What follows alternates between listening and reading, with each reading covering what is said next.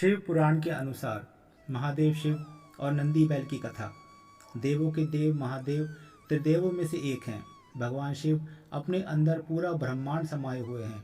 यदि कोई व्यक्ति मन से भगवान भोलेनाथ की सेवा करता है तो उस पर शिव की अनुकंपा बनी रहती है।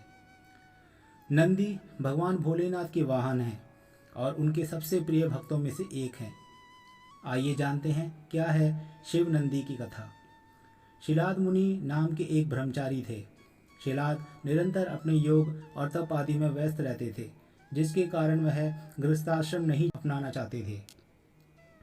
यह देखकर उनके पितरों ने उनसे वंश समाप्त होने की चिंता व्यक्त की। इस कारण उन्होंने संतान प्राप्ति के लिए इंद्रदेव से प्रार्थना की। तब के बाद इंद्र को प्रसन्न करके उन्होंने जन्म और मृत्यु से परे एक पुत्र का वरदान मांगा। इंद्र ने इस वरदान पर असमर्थता जताई और उनसे भगवान शिव को प्रसन्न करने के लिए कहा, जिसके पश्चात शिलाद मुनि ने कठिन तप कर भगवान शिव को प्रसन्न किया और उनके ही जैसे एक मृत्युहीन और अलौकिक पुत्र की कामना की। भगवान शिव ने मुनि को स्वयं पुत्र के रूप में जन्म लेने का वर दिया। थोड़े समय पश्चात जब शिलाद मुनि हल जोत रहे थे तब उन्हें वहां एक बालक मिला। मुनि ने इस बालक का नाम नंदी रखा। जब वह बालक बड़ा हुआ तो उनके आश्रम में मित्र और वरुण नामक दो मुनि आए। नंदी ने इन दोनों मुनियों की खूब सेवा की। दोनों ऋषि जब आश्रम से जाने लगे तो उन्होंने शिलाद मुनि को तो दीर्घायु रहने का आशीर्वाद दिया, किंतु नंदी को यह आशीर्वाद नहीं दिया। जब शिलाद मुनि ने इस संदर्भ में मुनिवरों से पूछा तो उन्होंने कहा कि हम यह आशीर्वाद नहीं दे सकते, क्योंकि तुम्हारा पुत्र अल्पायु है। ऋषियों के इन वचनों को सुनकर शिलाद मुनि चिंतित रहने लगे। उनके पुत्र नंदी से उनकी यह चिंता नहीं देखी गई। उन्होंने अपने पिता से कहा कि जिसके ऊपर स्वयं भगवान शिव की कृपा है, भला उसका कोई क्या बिगाड़ सकता है। इतना कहते ही वे मृत्यु पर विजय प्राप्त करने के लिए शिव की आराधना करने वन में चले गए। वन में उन्होंने अपने तप और ध्यान से भोलेनाथ को प्रसन्न किया।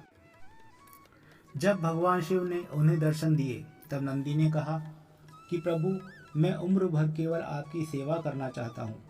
भगवान ने प्रसन्न होकर नंदी को वरदान दिया और कहा, पुत्र नंदी, तुम भय मृत्यु से मुक्त अजर अमर रहोगे।